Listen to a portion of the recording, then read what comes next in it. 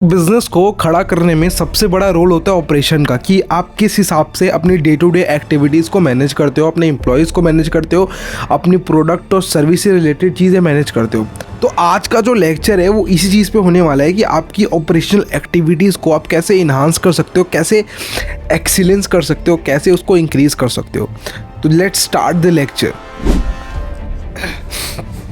तो हमारे पास जो फर्स्ट पॉइंट आता है वो है strategic direction. You have to give your business a direction, a strategic direction. मतलब किस वे में मूव करिए आपकी टीम, किस हिसाब से उनका विजन होगा, किस हिसाब से वो मतलब खुद को डायरेक्शन देंगे।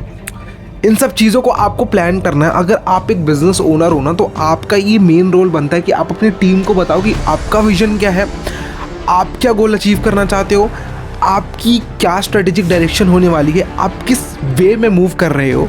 ठीक है, ये सब चीज़ें आपकी जो है इंपॉर्टेंट चीज़ें बन जाती है एक बिज़नेस के अंदर। अगर आपको अपने बिज़नेस की ऑपरेशनल एक्टिविटीज़ को इन्हेंस करना है, उसको नेक्स्ट लेवल लेके जाना, तो फर्स्ट ऑफ ऑल आपको स्ट्रेटेजिक डायरेक्शन बनाना ही होगा और अपनी टीम के साथ शेयर करना ही होगा। चलो ठीक है, अब आगे बढ़ते हैं। नेक्स्ट है हमारा लीडरशिप इंगेजमेंट। आपके जो टॉप लेवल पे जो भी बंदे हैं, जो भी आपके जो मैनेजर्स हैं आपके कंपनी में, जो आपने सेट ऑफ मैनेजर्स बना रखी है कि ऑपरेशन मैनेजर ये है, मार्केटिंग मैनेजर है, उनके साथ मीटिंग करो। ठीक है, उनसे मतलब उनकी लीडरशिप क्वालिटी को देखो कि किस हिसाब से वो अपने एम्प्लॉयज़ को मैनेज करते हैं। उनको इम्प्रूव करने के लिए बोलो, उनको कंटिन्यूसली उस पर काम करने के लिए बोलो, क्योंकि एक लीडर ये होता है जो एक नॉर्मल व्यक्ति का काम उसी व्यक्ति से दुगना स्पीड में और दुगनी एफिशिएंसी से करवा सकता है, अगर उस पर लीडरशिप क्वालिटी है तो लीडरशिप क्वालिटी ऑपरेशन मैनेजमेंट में अपने आप ही बहुत बड़ा फैक्टर बन जाता है। ठीक है, क्योंकि अच्छा लीडर वही होता है जो अपने एम्प्लॉयज़ को खुश रखता है और उससे अच्छे से काम निकलवाता है। ठीक है, तो ये पॉइंट भी खत्म होता है। तीसरा पॉइंट, प्रोसेस एक्सीलेंस। ठीक है, you have to define the process, all of the process, कि भाई जब मेरा बंदा डिलीवरी के लिए निकलेगा तो क्या प्रोसेस फॉलो करेगा, किस हिसाब से वो मेरे गुड्स एंड सर्विसेज को डिलीवर करेगा। ठीक है, तो ये प्रोसेस एक्सीलेंस में आ जाता है। आप सारे प्रोसेस डिज़ाइन करते हो, आप मतलब उसको अपने हिसाब से कंट्रोल करते हो। ठीक है, तो ऑब्वियसली यार एक ऑर्गेनाइजेशन में ना प्रोसेस बनाना बहुत ज़रूरी होता है। प्रोसेस अगर नहीं बनाओगे ना तो आपके जो एफिशिएंसी है वो बहुत कम हो जाएगी। ठीक है, फॉर एग्जांपल आप अगर अमेज़ॉन का एग्जांपल लो, आप देखो कि अमेज़ॉन की डिलीवरी इतनी अच्छी क्यों है। भाई कई जगह तो उसी दिन डिलीवर कर देता है, तो आप उसकी डिलीवरी पे गौर करो, क्या प्रोसेस फॉलो कर रहा है वो उस डिलीवरी के लिए। ठीक है, क्या क्या एक्टिविटीज़ वो कर रहा है, क्या वो प्रोसेस उसने बनाया हुआ है जिसको उसके एम्प्लॉयज़ फॉलो करते हैं।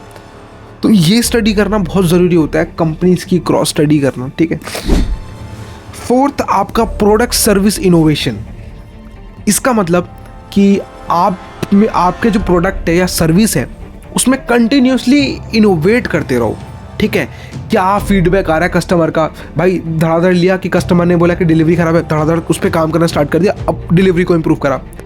ठीक है, कस्टमर ने बोला कि यार आपके प्रोडक्ट की पैकेजिंग ख़राब है, थोड़ी मेरे को दिक्कत हो रही है, आपने फीडबैक लिया, धड़ाधड़ का। तो ये पूरा गेम ही जो है ना बिजनेस का, वो कंटिन्यूसली खुद को इन्वॉल्व करना है, इवॉल्व करना है एंड इनोवेट करने का। अगर पीछे रह गए ना, इनोवेट नहीं करोगे तो ब्रांड्स खा जाएगी आपको, क्योंकि आपके कॉम्पिटिटर्स बहुत बैठे हैं मार्केट में जो आपकी ऑडियंस चुराना चाहते हैं। ठीक है, तो कंटिन्यूसली अपने प्रोडक्ट और सर्विस के बारे में फीडबैक लो, अपने कस्टमर से रिसर्च करो। रिसर्च तो भाई मस्टली करना चाहिए। एक बिजनेस को एक बड़ा बिजनेस बनने के लिए ना रिसर्च तो देखो मस्ट है। जब तक आपको ये पता नहीं होगा कि आपका कस्टमर आपके प्रोडक्ट को कितनी बार खरीद रहा है महीनों में, किस तरीके से वो खरीद रहा है, किससे खरीद रहा है, क्या दिक्कतें आ रही है उसको प्रोडक्ट खरीदने में।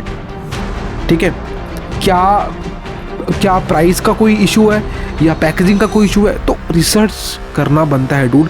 रिसर्च जब तक नहीं करोगे आपको नहीं पता लगेगा कि आपके कस्टमर्स एक्चुअली आपसे चाहते क्या हैं। तो वही है कि अपने कस्टमर को समझो, अपने कस्टमर से इन्वॉल्व रहो। ठीक है, इंगेज रहो, उनसे पूछते रहो कि भाई क्या क्या चेंजेस हमको करने चाहिए, क्या आपका फीडबैक है, क्या नहीं है, तो उसको अपने हिसाब से मतलब जो भी है उसको करने की कोशिश करो।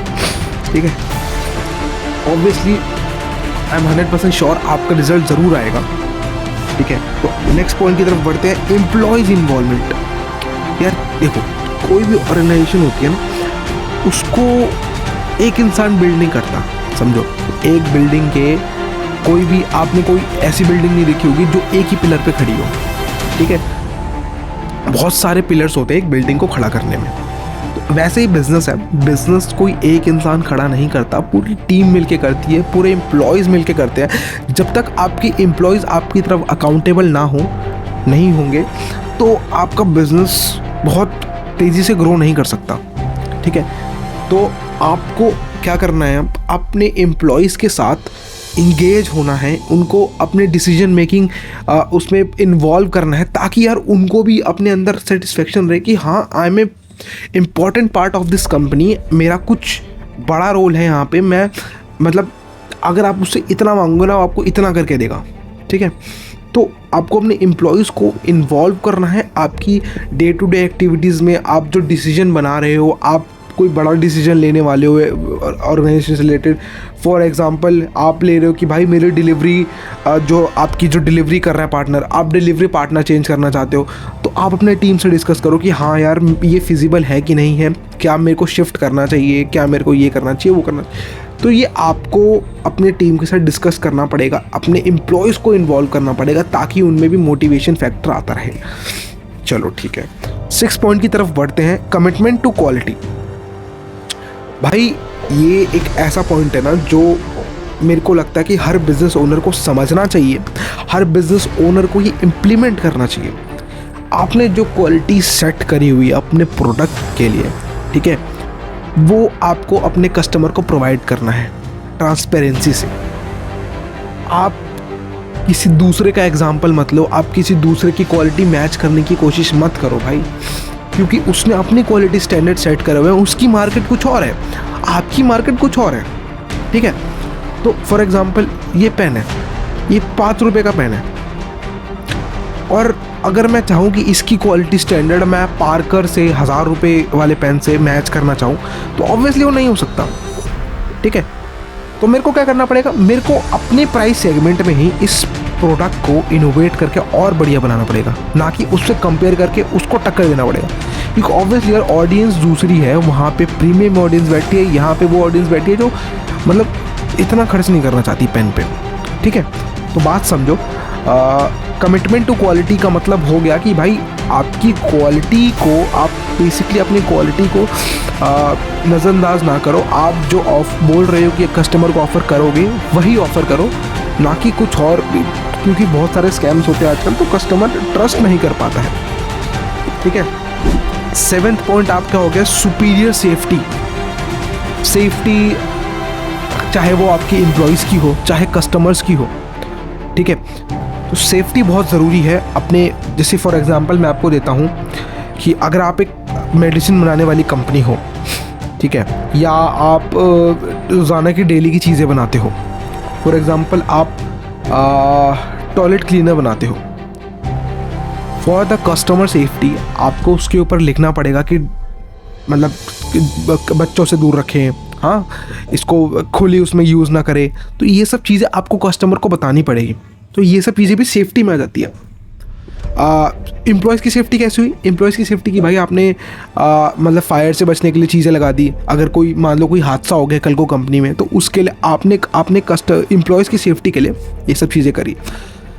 तो इससे क्या रहता है, एक जो आपका जो पॉजिटिव इन्वायरमेंट रहता है ना आपकी कंपनी का, जो सेटिस्फेक्शन लेवल रहता है एम्प्लॉयज़ का, वो बना रहता है। तो उसके साथ कॉम्प्रोमाइज़ नहीं करे तो बेटर है। लास्ट पॉइंट आ गया हमारा सरपासिंग कस्टमर्स एक्सपेक्टेशंस, ठीक है। जैसा मैंने आपको पहले बताया कि कस्टमर की जो एक्सपेक्टेशंस होती है उसको मीट करना ज़रूरी है, नहीं तो वो कस्टमर भाग जाएगा, वो कस्टमर किसी और को पकड़ लेगा, ठीक है। बहुत सारी कंपनीज है आपको पीछे छोड़ने के लिए, या बहुत सारी कंपनीज है आपके कस्टमर चुराने के लिए। तो भाई अगर इस गेम में टिके रहना है ना, तो अपने कस्टमर को समझो, अपने कस्टमर की साइकोलॉजी को समझो, वो क्या एक्सपेक्ट कर रहा है आपसे, क्या सेटिस्फेक्शन लेवल हो रहा है उसका जब आपका प्रोडक्ट कंज्यूम कर रहा है। तो ये सब चीज़ों को आपको नज़रअंदाज नहीं करना है। अगर आपको अपनी ऑपरेशनल एक्टिविटीज़ को अच्छे से एग्जीक्यूट करना है, अगर आपको अपने ऑपरेशनल कॉस्ट को कम करना है और प्रॉफिट मार्जिन्स को बढ़ाना है, तो ये सारी चीज़ें अपने बिजनेस में 1 महीने तक इम्प्लीमेंट करके देखो, अगर रिजल्ट नहीं आया ना तो मेल से आके पैसे लेना तुम, ठीक है। ये सारी चीज़ें ट्राई करो एंड मुझे कमेंट सेक्शन में बताना कि यार आप इन सब में से कौन सी चीज़ें ट्राई कर चुके हो या करने वाले हो। इस वीडियो को लाइक कर देना। मिलते हैं अगली वीडियो में, तब तक के लिए बाय बाय।